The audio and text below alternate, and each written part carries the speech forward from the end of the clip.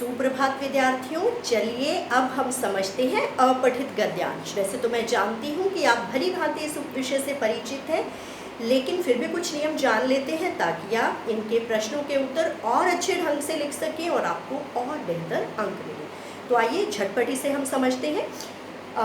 अपठित गद्यांश कोई बहुत बड़ी चीज़ नहीं है, नाम से ही स्पष्ट है। अपठित गद्यांश यानी ऐसा गद्यांश जो आपने पहले नहीं पढ़ा, आप पहली बार उसे पढ़ रहे हैं, तो जाहिर सी बात है उसको ध्यानपूर्वक पढ़ना बहुत ज़रूरी है, क्योंकि जब आप उसे ध्यानपूर्वक पढ़ेंगे, समझेंगे, तभी आप उस पर आधारित प्रश्नों के उत्तर दे पाएंगे। तो सबसे पहला नियम क्या हुआ कि दिए गए गद्यांश को ध्यानपूर्वक 2 या 3 बार ज़रूर पढ़िए। कितनी बार?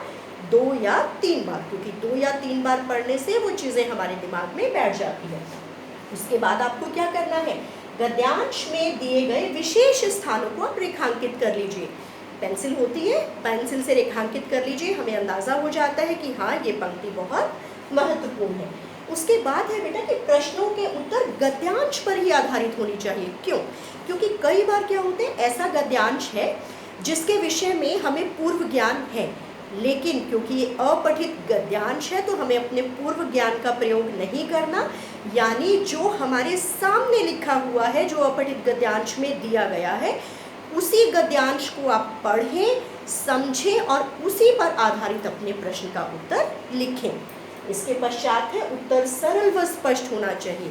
जाहिर सी बात है बेटा, जब आप बातों को घुमा फिरा कर कहते हैं तो आपको ही चीज़ें समझ में नहीं आती, तो अध्यापिका के लिए भी कठिन हो जाता है अंक देना।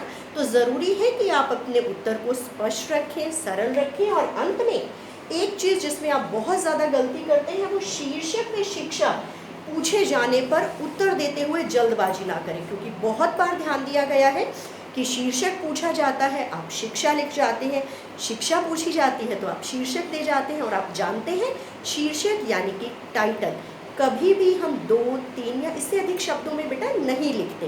तो शीर्षक क्या होता है, जिस भी विषय से संबंधित आपको अपठित गद्यांश दिया गया है, मान लीजिए ईमानदारी का वर्णन किया गया है या परोपकार का वर्णन किया गया है या किसी खास व्यक्ति से संबंधित कोई बात आपको दी गई है, तो कोशिश कीजिए कि जो जिस पर केंद्रित है, वह जो आधार है उस गद्यांश का, उसे आप शीर्षक बना लें।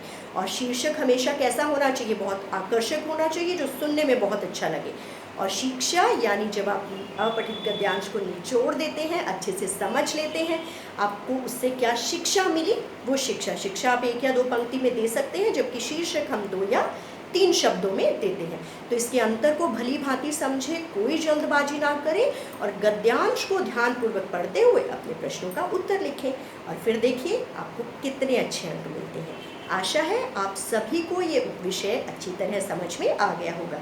तो अगर आपके पास व्याकरण की पुस्तिका नहीं भी है, तो आप अपनी पूर्वोत्तर कक्षाओं की जो आपके पास पुस्तकें रखी हैं या व्याकरण की कुछ अन्य पुस्तकें आपके पास होगी, बेटा सब में ये उपविषय दिया जाता है। तो झटपट पुस्तक निकालिए और 2-4 अभ्यास के लिए कर डालिए अपठित गद्यांश। तो मिलते हैं अगले कालांश में, तब तक के लिए धन्यवाद।